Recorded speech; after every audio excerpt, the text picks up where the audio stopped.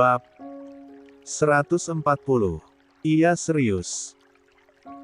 Bercerita masa SMA membuat langit bersemangat. Jadi aku tuh dulu suka jahil. Suka dipanggil BK, kena omel papa mama. Terus aku ketemu Bumi yang suka isengin aku. Pokoknya lihat Bumi tuh bawaannya emosi banget. Gimana gak coba? Aku lagi-lagi bereaksi ya, dia pasti ngerusak. Pernah deh aku males belajar geo di lapangan, aku bolos dan iseng lempar ular mainan ke tengah lapangan. Ketawa banget waktu itu anak kelas panik. Langit tertawa. Sanum juga tertawa mendengarnya. Zil mengerjap dengar mereka cerita. Terus Bang Bumi ganggu gimana kak? Jadi Bumi tuh jadi superhero-nya, dia yang singkirkan ular yang anak kira ular asli. Soalnya ya Fa, ukurannya gede kayak emang bener.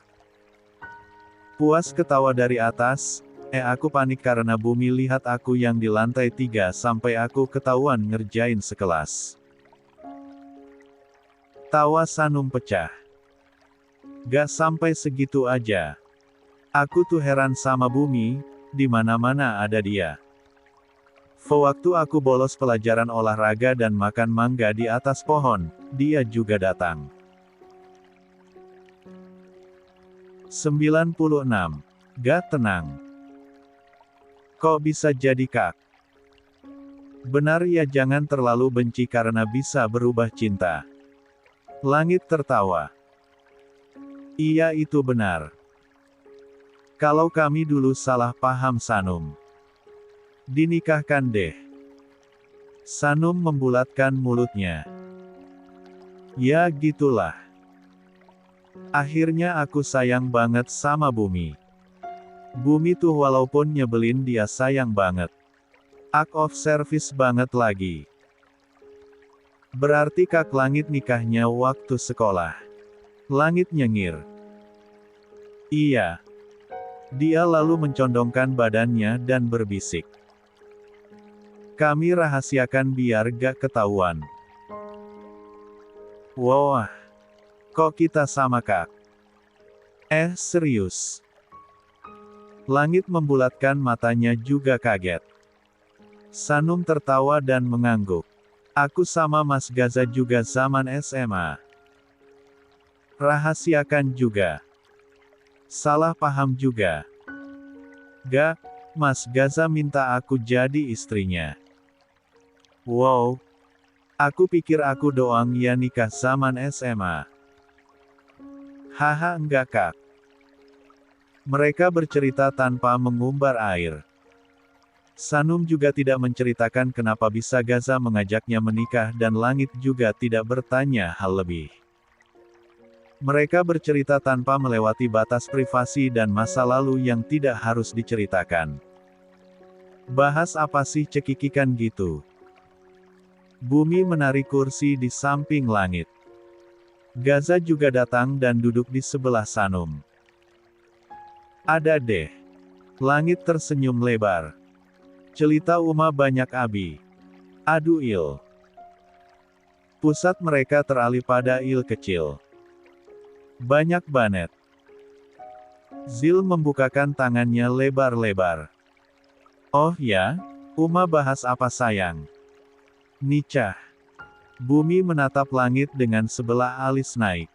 Yang dilirik memberikan cengiran. Sanum nanya kita kenal di mana abi? Langit cerita deh tentang kita dulu. Bumi mengangguk paham dan menarik senyuman. Gaza mengusap puncak kepala istrinya penuh sayang. Nikah itu apa? Pertanyaan Polosil membuat mereka kompak berpikir. Nikah itu seperti Uma Abiil yang sekarang bareng, jelas Langit hati-hati. Seperti Uma Sanum dan ayah Gaza yang bareng. Anak laki-laki itu diam sesaat. Dia menatap Sanum. Uma Afa. 97. Iya il. Il ental nicah samna dedek dipelut Umayyah. Langit dan Sanum melebarkan matanya. Bumi menyemburkan tawa sedang Gaza terkekeh. Astagfirullah Il. Abi gak langit yang ajarin. Langit menatap panik suaminya. Aduh Il dedeknya belum lahir. Uat Il ya Uma. Tanyanya lagi dengan wajah polos. Iya, kalau cewek entar Il PDKT aja ya. Bisik Gaza. Dia mengedipkan sebelah matanya. Maas ih. Sanum mencubit perut Gaza gemas. Gaza memberikan cengiran. Gaza astagfirullah kamu malah ikut-ikutan, ujar langit juga. Mereka tertawa. Belum tahu ya jenis kelaminnya? Tanya bumi pada Gaza. Belum. Karena baru 3 bulan, mungkin bulan depan. Mereka mengangguk. Mengobrol banyak hal sebelum pesanan mereka datang. Kedua keluarga itu lalu menikmati makan siang bersama. Kek. Ponsel yang berbunyi membuat Gaza meraih benda pipi itu. Dia menatap Sanum yang menikmati makanannya. Kemudian menerima panggilan dari Vian. Ya Pak Vian. Gaza. Kamu di mana? Di mall bersama Sanum. Kamu sudah mendapat kabar dari lapas? Dua alis Gaza naik. Belum. Kondisi kesehatan Sakaya sangat menurun. Dia sedang dirawat di rumah sakit. Gaza terdiam mendengar berita tersebut. Bisa kamu ke sana Gaza? Tidak. Gaza sedang menikmati waktu bersama Sanum. Coba lihat papa kamu dulu. Dia pucat dan terlihat lemas. Dia akan baik-baik saja setelah mendapatkan perawatan, ujarnya berusaha abai. Padahal hatinya diliput kekhawatiran. Sudah 2 bulan dia tidak mengunjungi Sakaya setelah hari itu memberi kabar kehamilan istrinya. Sanum sebulan lalu mengajaknya berkunjung, Gaza mencari 1000 alasan dengan kesibukannya. Saya khawatir melihat kondisi Sakaya. Saya sedang di sini. Kapan-kapan saja. Gaza. 98. Sudah Pak Vian wakilkan. Kalau begitu Gaza matikan. Tanpa menunggu jawaban Sakaya, Gaza mematikan panggilan sepihak. Lalu menyimpan kembali ponselnya. Dia menoleh kala tatapan Sanum begitu penasaran. Pak Vian sayang. Ada hal penting Mas. Gaza memberikan gelengan kecil. Lanjut makan Bay, ujarnya membelai lembut puncak kepala Sanum. Zil sedang disuapi oleh bumi. Langit menikmati makannya seraya mendengar obrolan mereka. Sanum memberikan anggukan. Lanjut makan. Gaza menghela nafas pelan dan menatap makanannya. Hanya melihat makanannya dia malah teringat Sakaya. Papa pasti akan baik-baik, pikirannya berusaha mengenyahkan rasa khawatir yang bersemayam. Bay, istirahat ya. Aku ke kampus dulu. Iya. Mas Gaza semangat kuliahnya ya. Gaza menarik senyuman. Dia mengangguk. Memeluk Sanum, lalu memberikan kecupan di kening, pipi dan bibir. Terakhir mengecup perut Sanum. Mas Gaza kuliahnya cuman 1 kan? Ya sayang. Jam 3 udah keluar. Mau titip sesuatu? Gak Mas. Cek padahal aku nungguin. Sanum tertawa. Mas Gaza cepat pulang aja. Itu udah sebagai permintaan. Gaza kembali berdiri dengan baik, dia menarik pinggang Sanum mendekat, dia menempelkan dahi mereka dan menatap dalam. Aku akan pulang begitu dosen keluar. Kalau bisa tancap gas langsung. Gak boleh kebutan loh mas. Sanum memeluk pinggang Gaza juga. Dilaksanakan. Sanum tersenyum. Karena harus lekas pergi. Gaza melepaskan diri. Kalau ada apa-apa bilang Bi Ratih. Beberapa pelayan juga banyak yang bisa kamu panggil. Iya Hubi. Aku pergi ya. Sanum mengangguk. Ia menyalin punggung tangan Gaza dan menciumnya. Tas mas mana? Gak bawa tas bay. Loh. Aman. Assalamualaikum cantik. 99. Waalaikumsalam mas.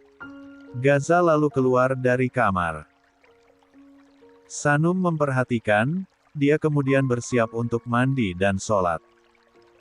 Gaza di luar menuruni tangga sedikit terburu. Patah pelayang menunduk hormat begitu dia lewat.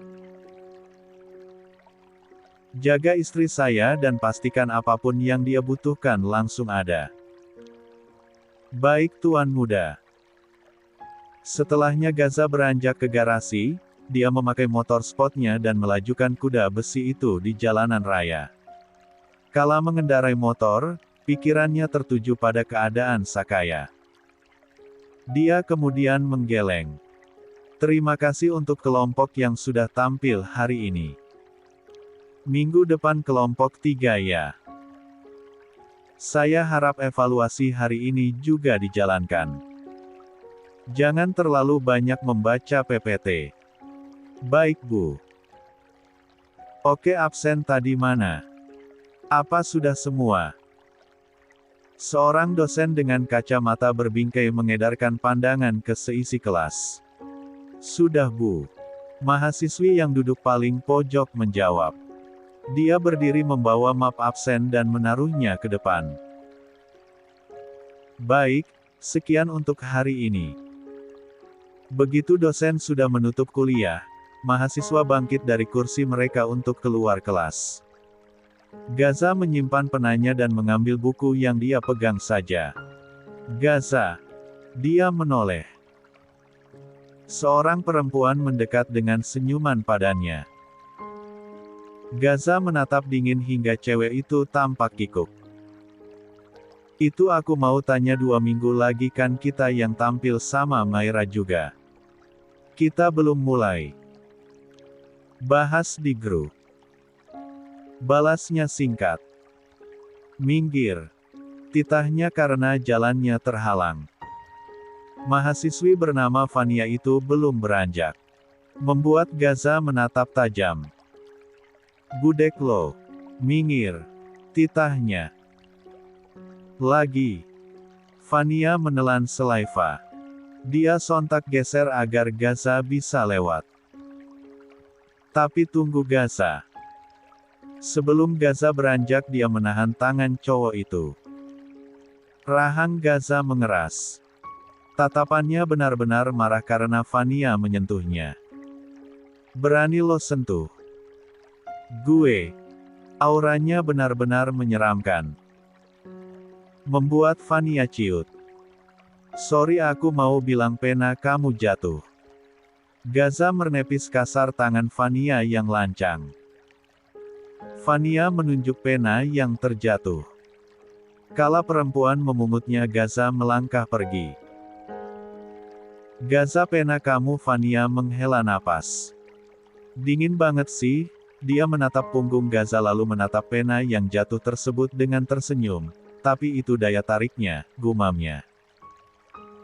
Gaza misterius. Di luar Gaza melangkah di sepanjang lorong, dia masih kesal karena Fania memegang tangannya. Banyak. 100. Mata memandangnya terkesima begitu dia berjalan. Aura yang terpancar dari seorang Gaza bagaimana tidak membuat mereka terpesona. Wajah rupawan dengan tubuh tinggi jangkung. Wangi maskulin bahkan menguar kala cowok itu lewat. Membuat para wanita nyaris pingsan di tempat. Ekspresi Gaza hanya datar, tatapannya menyorot tajam. Dia mengabaikan banyak kaum hawa yang melambai dan menyapa, terang-terangan menunjukkan rasa suka. Hai Gaza. Sore Gaza. Mau pulang ya? Gaza melirik dengan tatapan tajam. Mereka seketika ciut. Cek. Jika saja dia satu kampus dengan Sanum, Gaza akan menggandeng istrinya setiap saat biar mereka langsung patah hati. Kebanyakan mereka mengira Gaza laki-laki single karena tidak pernah bersama seorang wanita pun. Getaran ponsel dalam saku membuat Gaza meraih benda pipih tersebut. Panggilan dari Vian membuatnya mengangkat tanpa menghentikan langkah. Gaza, papa kamu kritis. Nada itu terdengar panik. Dek. Langkahnya seketika berhenti. Berita itu membuat sesuatu bagai menghujani jantungnya bertubi-tubi. Napas Gaza mendadak terasa sesak, dia kesulitan mengambil nafas walau udara di sekitarnya begitu banyak. HB-nya sangat rendah Gaza. 3. Dokter mengatakan ini bisa mengancam nyawanya. Sekarang pihak rumah sakit tengah melakukan transfusi darah 8 lantong. Sakaya sudah tidak sadarkan diri sejak tadi. Gaza memejamkan matanya. Jantungnya berdetak cepat. Apa darahnya cukup? Gaza menahan nada suaranya. Kekurangan darah. Air matanya mengenang namun coba ia tahan. Gaza mengambil nafas dalam mencoba mengisi rasa sesak yang menghimpit. Segala ketakutan kini bersemayam. Rasa takut jika dia kehilangan Sakaya. Rasa takut karena hubungan mereka bahkan belum baik. Kakinya kemudian berlari kencang keluar dari lorong bangunan fakultasnya. Dia berlarian menuju parkiran, menaiki motor sport. Motor itu melaju kencang keluar dari parkiran fakultas. Dia nyaris hampir menabrak mobil mahasiswa lain, hingga klakson panjang terdengar. Gaza bahkan mengabaikan. Bukan itu lagi ya dia pikirkan. Tapi bagaimana motor sport itu cepat sampai ke RS tempat Sakaya dibawa saat ini? Butuh 40 menit dia membawa motor dengan kebutan. Sakaya dirawat di RS terdekat lapas yang memang disediakan untuk napi. Sampai di sana dia langsung berlari ke meja pelayanan. Menyebutkan nama Sakaya Leonard, dia diarahkan ke lantai 2. Gaza melangkah cepat, tidak sengaja dia menabrak beberapa perawat.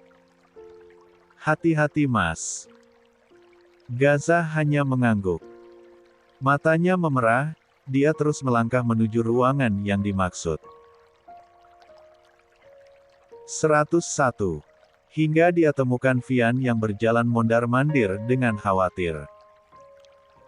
Mana papa? Sedang di dalam.